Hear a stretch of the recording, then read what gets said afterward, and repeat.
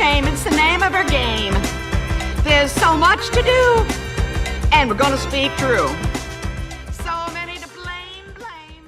Hello, Chicago. Once again, I'm delighted to welcome you to the latest episode of the Shame on You podcasts. Once again, we are fortunate enough to be sitting in the beautiful gallery space of Awakenings, the nonprofit that is devoted to the mission of making visible the healing and expression of survivors of sexual violence. You can see some of what we consider our legacy art behind my head at the moment, and I say our because I, fortunately, was the one person that brought Awakenings into existence. I'm not running it anymore, thank the lucky stars. Laura Kinter is the person who is continuing to make this all possible. She's not here today, but every time we sit down in this space, we are grateful to her for enabling us to, do our podcasts. Awakening serves as our fiscal sponsor and our physical host, and we love being here. I'm going to let Derek talk for a little bit right now before I introduce our guest, a guest that we're delighted to have, by the way. But Derek has to talk a little business before we get started with Char. So, Derek. Hello, everybody out there in podcast world. I'm going to keep this quick because if you are listening, I'm sure you're tired of hearing me talk about it. But you definitely are. And the last episode was a little threatening. But by the time you see this episode, our website, all our social media, and our subscription program will be live. And I expect full participation from everyone on planet Earth. And so in other words, our website will be up. Yeah, when we'll have 7. We are promising that. Yes. And we'll have 7 billion followers. And if not, shame on them. Yeah. And shame on us. Shame on them. No, shame on them and shame on us. Yeah. Well, we've been promising a website for some time. So we're glad that we're finally able to deliver that. Okay, if Derek is finished, I will move on and introduce our special guest here today. This is Char Rivette. She is the executive director of a very significant and important Chicago organization, the Chicago Children's Advocacy Center.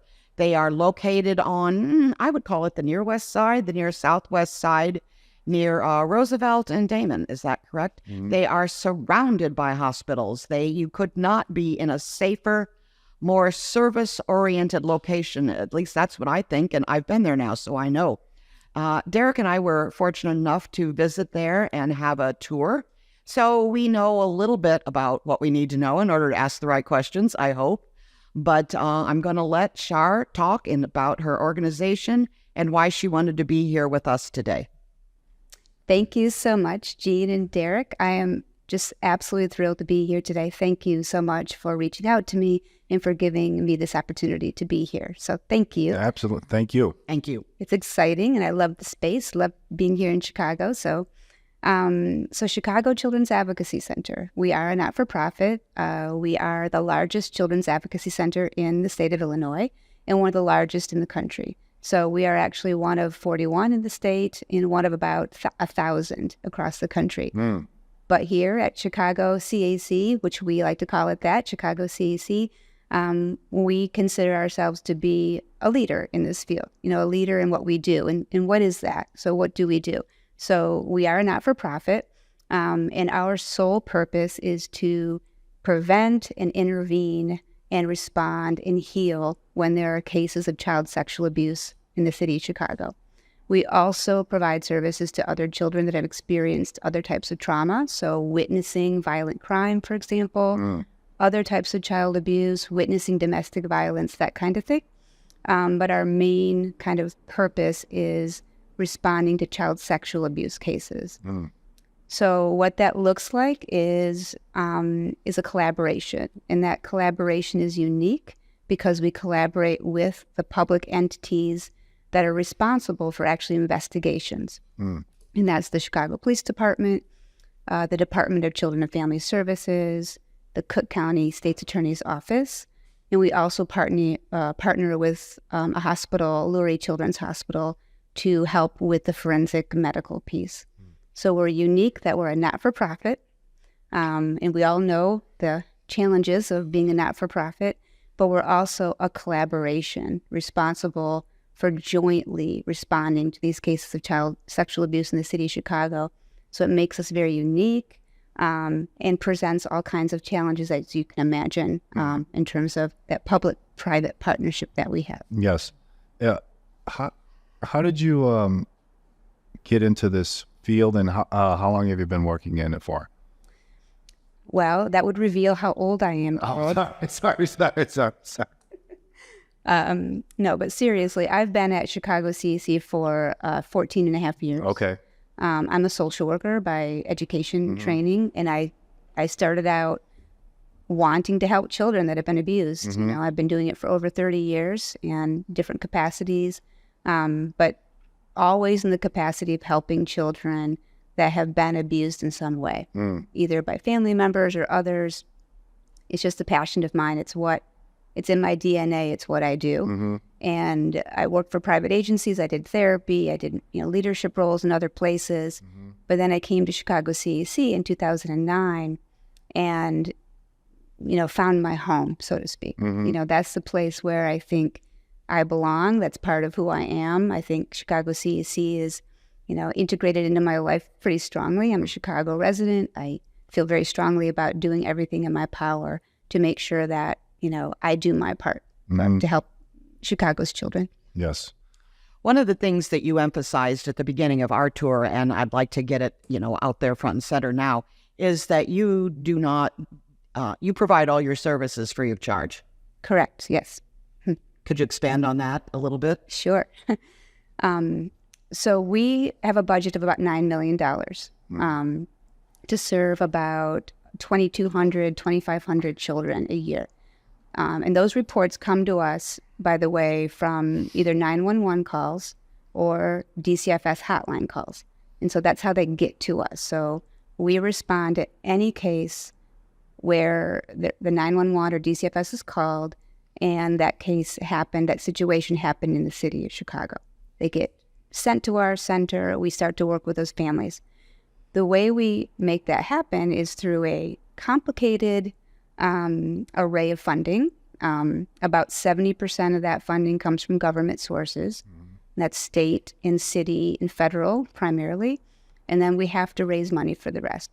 So even though the government funding sources certainly help us meet our mission and make sure that it is free for every child that comes to us, we have to do a lot of fundraising to fill the gap between what they give us and what it actually costs to do the work, and there's still a gap to do that. And we are going to explore that a little bit further with some of the guests that we're going to be talking to a little bit later, who are also from the Chicago CAC. Char just answered a question that was near the top of my list. I was wondering, you are dealing with cases of childhood sexual abuse. I was wondering at what point the diagnosis is made. So from what you've told me, they come in there and the diagnosis has already been made. They are already identified as survivors of childhood sexual abuse. And so before they walk in the door, you're assembling a team or you're figuring out what services, who you're going to need and when you're going to need it. Because that was one thing I don't think we talked about much in the previous discussion. So they are coming into you through DCFS or from a police intervention, I assume. So you guys already know what you're dealing with. Is that usually the case? Or is there, childhood sexual abuse is a loaded topic. Do they ever come in there and it's an issue that you have to, I don't know, manage, tiptoe around? What? Yep. So let me clarify a couple things. The way that our protocol works with DCFS and with the police is these are reports. So this is a report made by a teacher, a social worker, a parent calling and saying, I think something happened to this child. It could be that they actually witnessed it. It could be something really clear that they know something happened or really feel strongly that it did. Or it could be a suspected. It could be they read a text, from somebody. It could be that they witnessed something or just suspected it from behavior. So we don't know a lot when the child first comes in. And the expectation is when DCFS gets that call or the police, when they go and interview the child, It's just supposed to be a fact-finding, minimal facts interview. We don't want them interviewing these kids at that first point of contact. That's our job, actually. Chicago Children's Advocacy Center has forensic interviewers that will interview the children to get the story, to get the facts from that child. So we don't know often, Jean. Sometimes we know very little about what's happening with this particular child. And when they come in for that interview, that's when we start to learn the full story of what actually happened. Maybe there were siblings involved. Maybe it's a perpetrator that we thought it was this person and it's actually somebody else. Maybe there's multiple situations that occurred. So we're really doing a lot of forensics at that very early stage to help the police and DCFS decide how they proceed with protection and for our own knowledge so that we can develop basically a plan for healing for that child. So then you are in a position of actually making a diagnosis, or do you turn that back over to DCFS?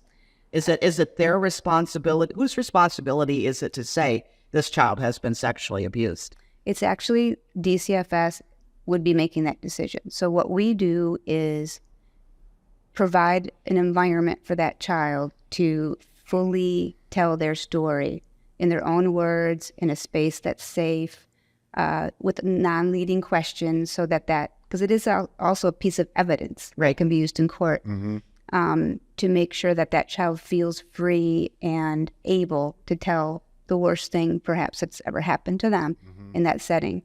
The police then and DCFS use that information. Got it. Plus, interviewing witnesses and all the other things that they have to do to determine whether it's an indication, which DCFS uses that terminology, it's indicated or unfounded.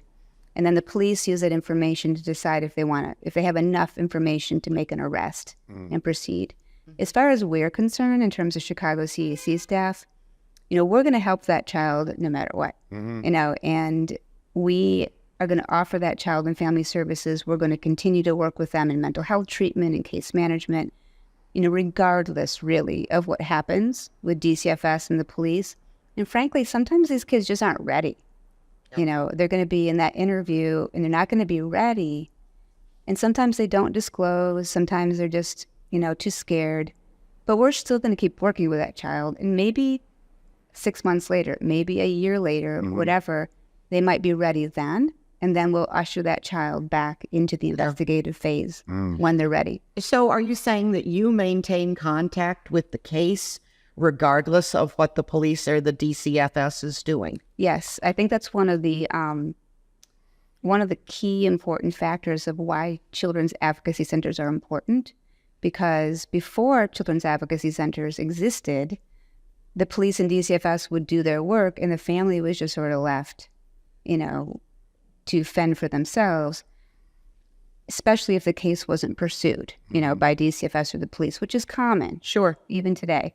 But we don't do that. We continue. And some families are fine. They don't want us involved. Some children, maybe they already have a therapist. Maybe they don't need us. But the ones that do, we're there for them. And we're literally there for them for the rest of their life. I mean, we've been open for 21 years. And at any point in time, somebody can call us and ask us for help. And we either help them find the right place or we'll bring them back in for treatment if we have space. So yes, we consider them our clients, just walking to the door no matter what happens with the case. They're ours for us to care for as long as they need us. Yeah, I understand. So really, and I'm not trying to diminish or use the wrong language here, but you are the people that the first responders, so to speak, hire to do an expert analysis and help them decide how to proceed. Because if you or someone like you wasn't there, they would have to try to deal with that on their own, and we know they don't have the resources. So you're kind of like, I can't say hired gun. Everybody will get after me if I say hired gun. You are the valued partner. Yes. You are the valued partner, and my mind is going toward all the cities where there isn't a CAC. And, police or DCFS or somebody has to do it without having a team like you offer there. And I'm thinking 9 times out of 10, it'll just be dismissed. That's what, without a partner like you. You did a great job describing it. That's exactly, not the hire gun part. That's the partner, like you said. Yes, that's our role. You know, we are a part of that first responding team. We call ourselves first responders. You know, we consider ourselves first responders. We're 24/7. We're there for these kids no matter what. And that is our job, you know, to make sure the child goes through this process in the most trauma-informed way possible, knowing that the systems of DCFS and law enforcement are not always super friendly to this process, and to be there for that child and family no matter what, and to give a piece of evidence that can be useful that DCFS and the police can use to move forward. Before CECs, to your point, I think the police were doing their interview, DCFS was doing their interview. Maybe they went to the doctor and they were interviewing the child. You know, this child might have been interviewed by 10 different people, and they're trying to tie it all together, and this poor kid can't figure out or remember what's going on, you know? Right. That was part of the reasons the reasons that CECs were developed, is because of the evidence was just getting ruined in the whole process of all these multiple interviews. It seems like a way to consolidate the process and not continually re-traumatize the child and to keep talking about it over and over and over again. Because, you know, for all and for all the best reasons in the world, not every guardian or parent wants to put their kid through that. You know, a number of cases do not proceed forward simply because they make a call that it's just too hard on the child. And, you know, that's not anybody's job to tell them they're wrong. Right. I might, but I might if I were having one of those days. But, you know, the process of making the whole thing, you know, more contained, less traumatic, 2 or 3 interviews as opposed to 9 or 10. You know, 1 or 2 caring people asking them questions instead of 13 to 15. Right. You know, that's incredibly valuable, and that's why you're here. Yeah. I was thinking as you were explaining how the CAC process, like, you know, big city, Chicago's a big city. I'm assuming huge volume of cases, right? What are in terms of like resources that the CAC has, what are the challenges of, you know, serving them? Like access to it? Is it funding? Like what are the challenges? Well, this podcast is too short to go through the challenge. You can always come back. You're welcome back anytime. And then we'll have the behind the scenes after. So I think that it's always maybe easy to say money, but it's true. You know, I mean, our work takes resources and it takes money. We have about, you know, 2,200, 2,500 cases a year. That means every single day, I didn't look at the roster today, but we might have 5 kids coming in for the investigative process. We might have 15. These are new cases every day. So if you sit in our center and see families coming in, that's what's going on. They're coming in for that initial phase of the investigation. We have in our building that you visited, not only the Chicago CAC staff of about 95 staff, but these special units of Chicago Police Department, DCFS, the Cook County State's Attorney's Office. We're very lucky to have special units right there on site. Well, that takes resources and money and just literally, you know, computers and desks and, you know, air conditioning and, you know, all those things that we pay for. You know, we pay for all those things. So literally we consider our environment, our building, part of the intervention. You know, we want it to be beautiful and comfortable and safe for our clients, but also conducive to collaboration. And if I could just stop you for a minute, that is just one of the things that people just don't get. And when I say people, I mean the average person on the street. And I'm also talking about the people that you need to financially support you. Because when I was running Awakenings, that was something we had a terrible time communicating to funders or even just people who were saying, why should I give you $5? This space is our program. People would say, well, what is your program? We have a dedicated space in which survivors can share their creative expression. They can exhibit their artwork here, and no gallery owner will ever tell them, oh, that's too personal. Or, oh, that's too triggering. You know, we don't do that. we have a space in which people can perform. We have a space in which people can just come in and talk. Our space is a program. And in order to run a space, you have to have air conditioning, and you have to have desks, and you have to have lights, and you have to pay your bills. And so many funders, and I know because unfortunately I kind of used to be one, will say like, well, I want my money to go to programs. Well, without physical support, programs do not exist. So there, I made a plug for you.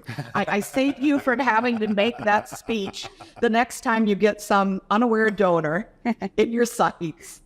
But anyway, please continue. I really wanted to make that point because I don't think people get it.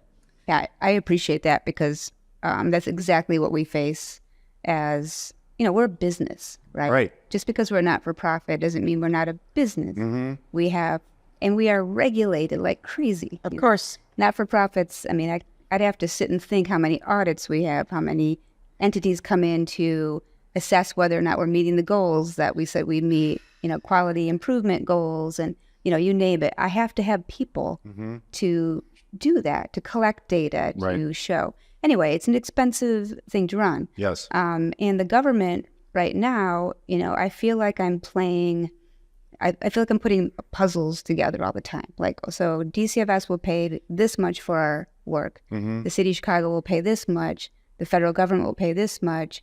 Oh, by the way, the feds now cut our funding. Right. So now how do I make up that difference? DCFS is going to help. Okay. I mean, I'm a social worker, right? So I've had to learn a lot about running a business over my many years and have the right people in place that are smart enough and capable enough to help me. And that also, costs money. So every year I have to come up with about 30% of our budget to make it work, to serve these 2,200 to 2,500 children. And I consistently, or we at Chicago CC, consistently have a waiting list for mental health. So I've been talking a lot about the initial investigative stage. Well, then, many of our kids continue with us for months and years for mental health treatment. And I checked in with my chief program officer this morning. We have 250 children right now on a wait list. Of course. That's a lot. I mean, just saying that out loud, is overwhelming to me. That many children right now are waiting for therapy, and the sole reason is because I don't have enough money in our budget to pay for more therapists and the space. You were in our building. We're out of space.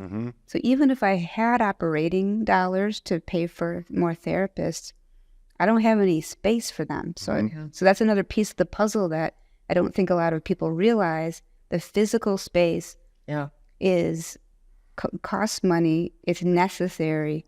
And that can't be paid for by any of the grants that we have. They won't allow us to. Oh, I know. The chief funder in Illinois, ICASA, they'll put you through the ringer. If you, if your workshop space is too nice, what are you doing with nice cabinets? I know the executive director of an agency in Chicago. She had to fight that battle all the time. Well, don't our people deserve a pleasant environment? Are we all just supposed to sit in a church basement on uncomfortable chairs and pour our hearts out?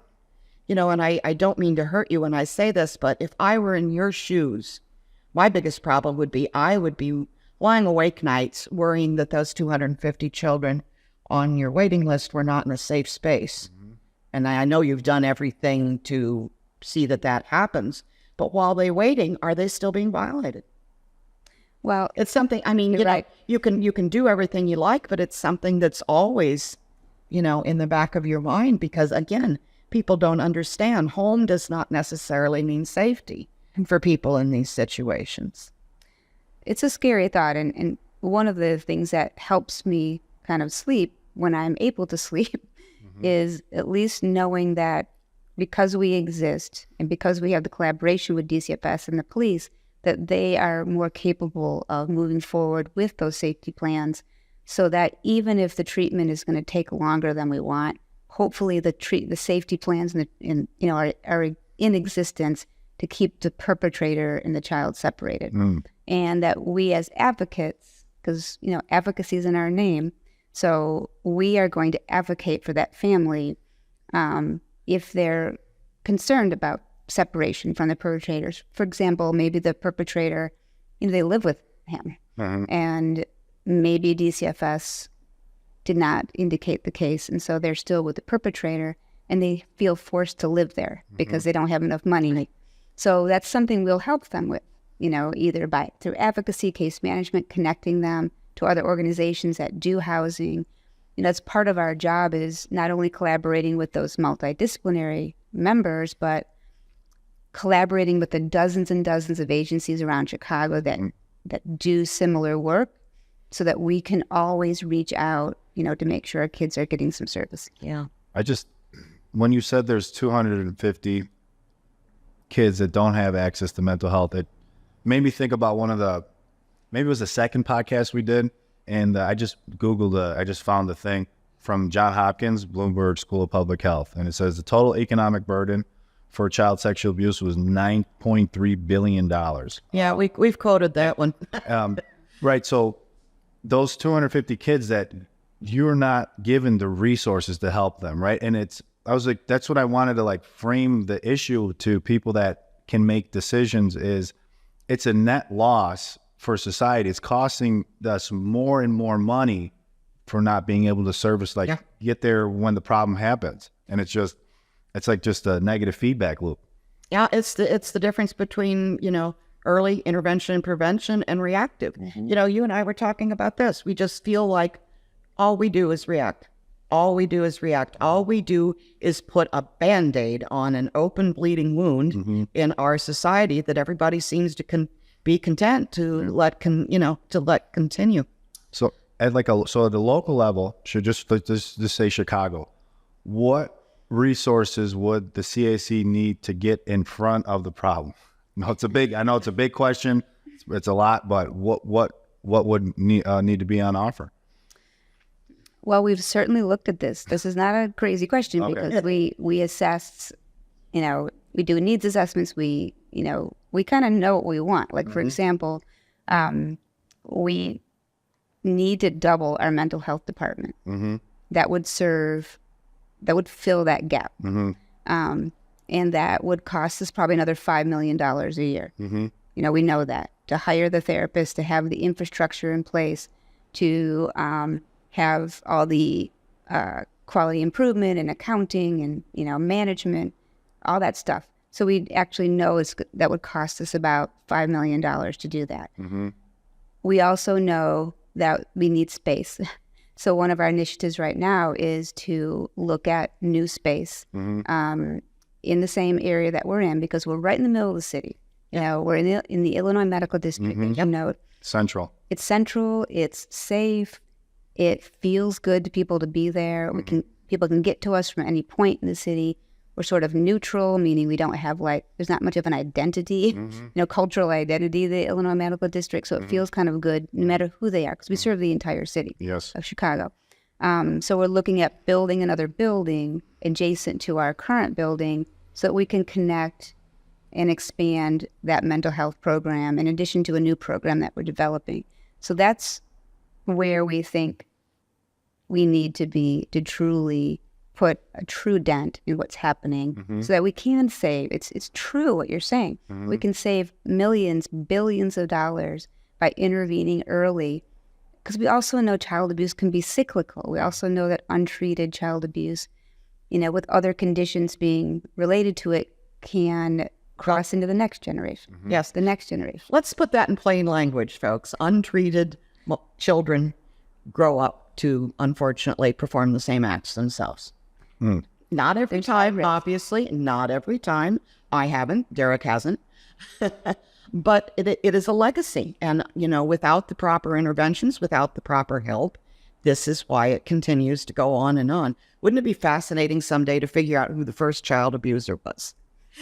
Yeah. How far back? Patient zero. How far? Yeah, good. How far back would you have to go? And also just got to say for the people out there watching, that $9.3 billion was 1 year. That was from 2015. Just so you know, it was 1 year, not total. 1 year. That's what it cost 1 year. Wow.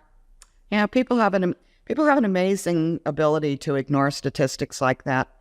Don't know what it is, but it doesn't seem to matter how much, businesses sometimes, if you talk to them in their language, domestic abuse is costing you X amount every week, Oh, we got to get right on that. Sometimes we get it. Well, sure, I did promise that you were going to have an opportunity to talk about exactly what you wanted to talk about here. And it gladdened my heart immensely to hear the first thing that came out of your mouth was to talk about the mission. Because, that's what I'm all about, too.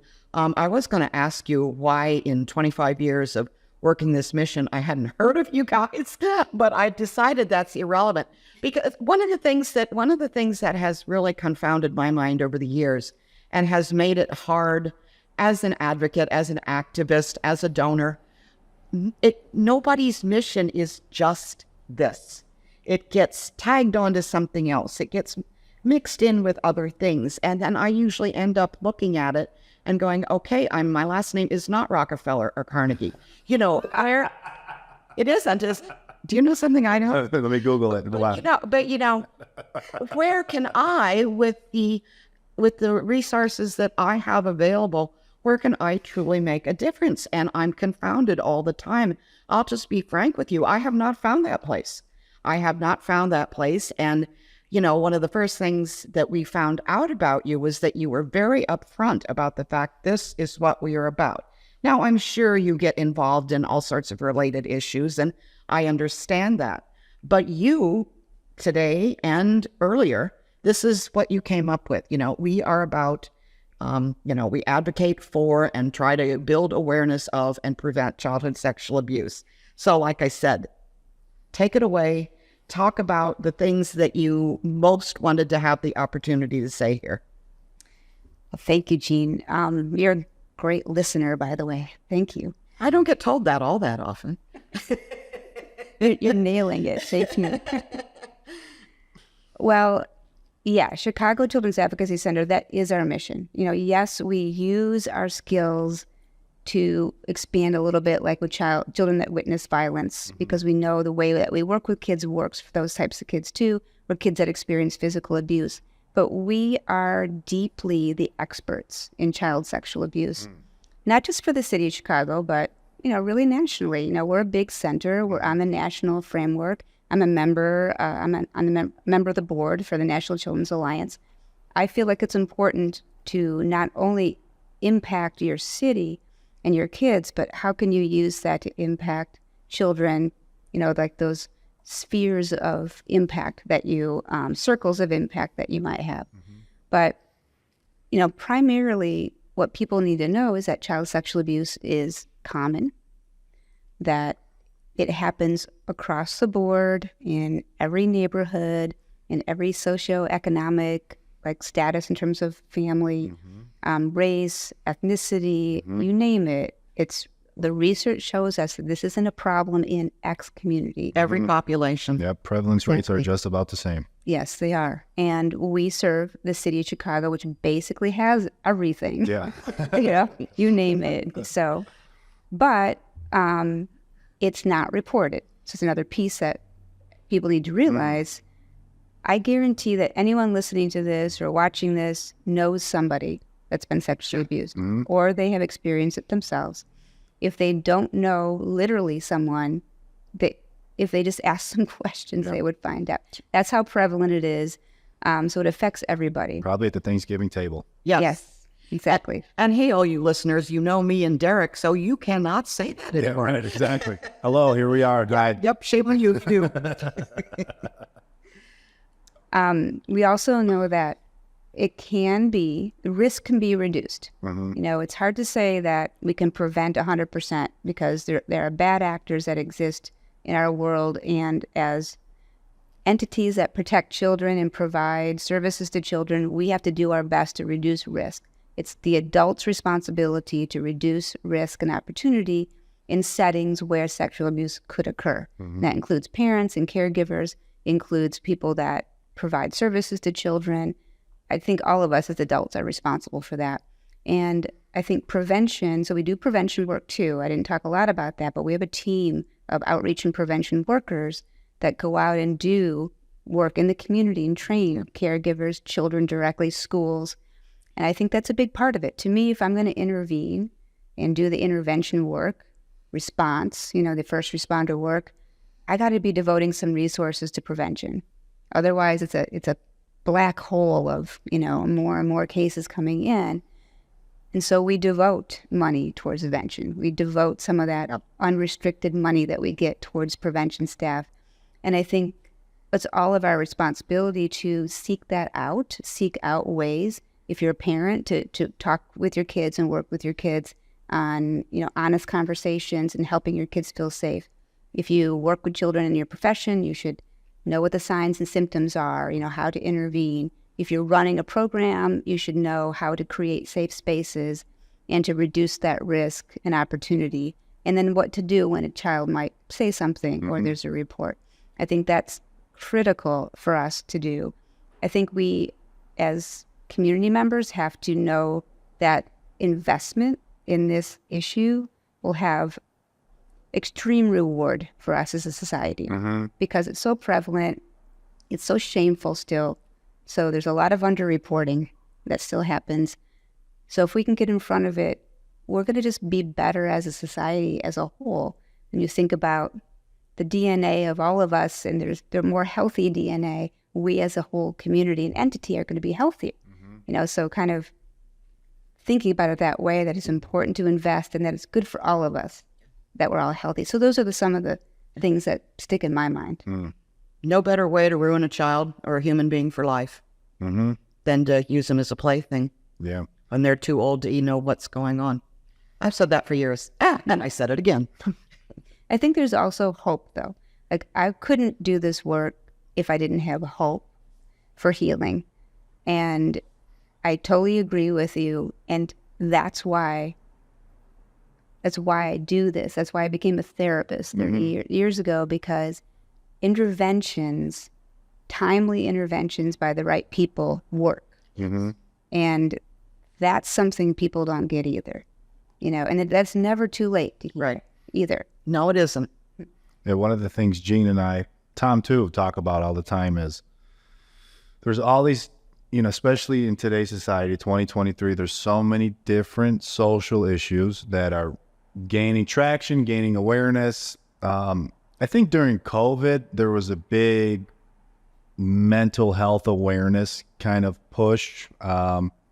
And it's so interesting to me that continually with all these different movements happening, people still don't know how to or want to talk about child sexual abuse in any capacity, ever.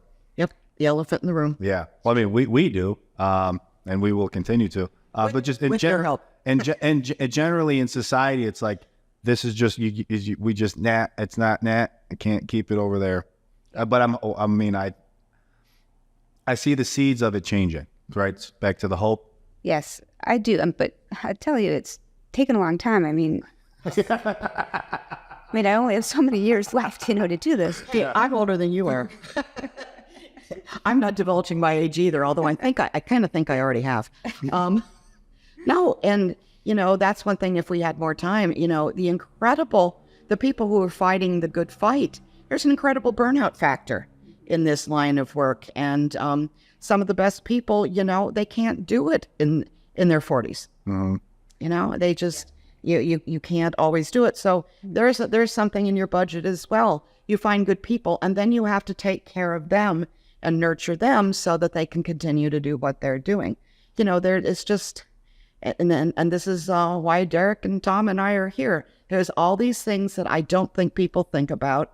And as long as we're here, we're going to be doing our best to change that. Well, I really appreciate it so much. That's exactly right. I think there's a minimization of what is needed to help these kids. Like volunteerism is one thing, but to have the expertise as a mental health clinician or a forensic interviewer or an advocate to talk with these kids and help them through that healing journey, this is intense work.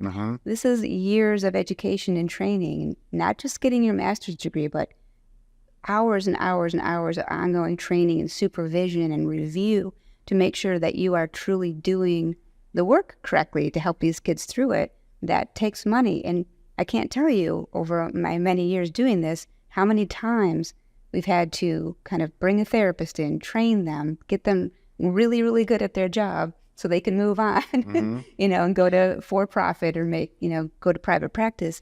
So you're right. We need to be able to keep these staff, so providing an environment for them that they can continue working, fitting in with their complicated lives, and paying them enough. Yeah. They actually can stay. Yeah, they hear things that keep them awake at night on a daily basis, people. It takes a toll. It does.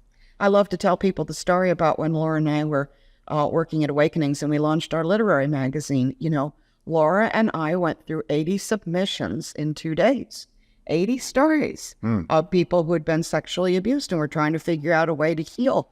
We underestimate the impact that has on the very people that we expect to fix the problem. Yeah, because you're helping children put themselves back together. It's like, I don't know how you quantify that or put value on it. Yeah. And lots of surveys. Right. and to still face challenges of like doing that I know it's a very complicated, there's obviously all the nuances. I would have to read 40,000 books to be able to even know the beginning of how to do it. But you're doing all that, and it's still like there's just this tension with getting, government, public support. Yeah. I was telling this to one of my staff one day. I'm a social worker, as I mentioned. So I started out being a therapist and working with kids directly and kind of moved up. I never in 100 years would have imagined that at this point in my career, what I do every day. Right. What I do every day is fundraising, is contacts, is relationship building, is fighting for, the money that we were promised from X grant and didn't get, and government relations. And I never, in my 20s, when I decided to pursue this field, thought that's what I would be doing every day. Right. Well, and you have to, because no one person can have all the skills that it's necessary. So, you said you started out as a social worker and needed to learn how to run a business, a big business, and not everyone can do that, Char. If you have the skills for that, you have to do that maybe instead of the things that you would rather be doing, so that the other people can do what they do and don't burn out in the process. That's a great point. I think we all have our role, I know. Yeah, right? I went through the same sort of thing. I'm a writer and an artist and a sexual abuse survivor. I had to learn how to run a nonprofit. Not as big as yours, thank heavens. But no one person has all the skills. Yeah. It takes a team, and that's certainly what happens at Chicago CDC. I mean, I'm so proud of our team. Like, we have the people that do the work directly with kids, but we have an amazing administrative team, a fundraising team, a QI, a quality improvement team.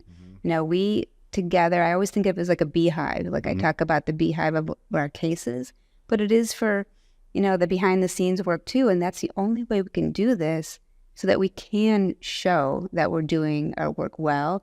Because you need to do that to get the money in. Right. It's like this cycle. And not everybody can get the money. Don't ever undervalue that, Char.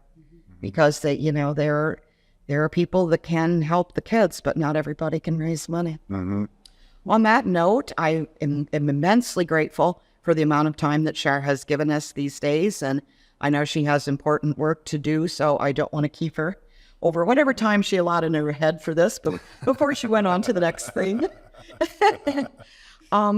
So I'm going to wrap it up today. I have a feeling that you're going to hear and see Char again a little bit more, because I have a feeling there's a whole lot of things that she could tell us. I certainly have a whole lot of questions that I could ask her. I have 40,000 written down. Derek has 40,000. Yeah. And Tom is somewhere formulating them even as we speak.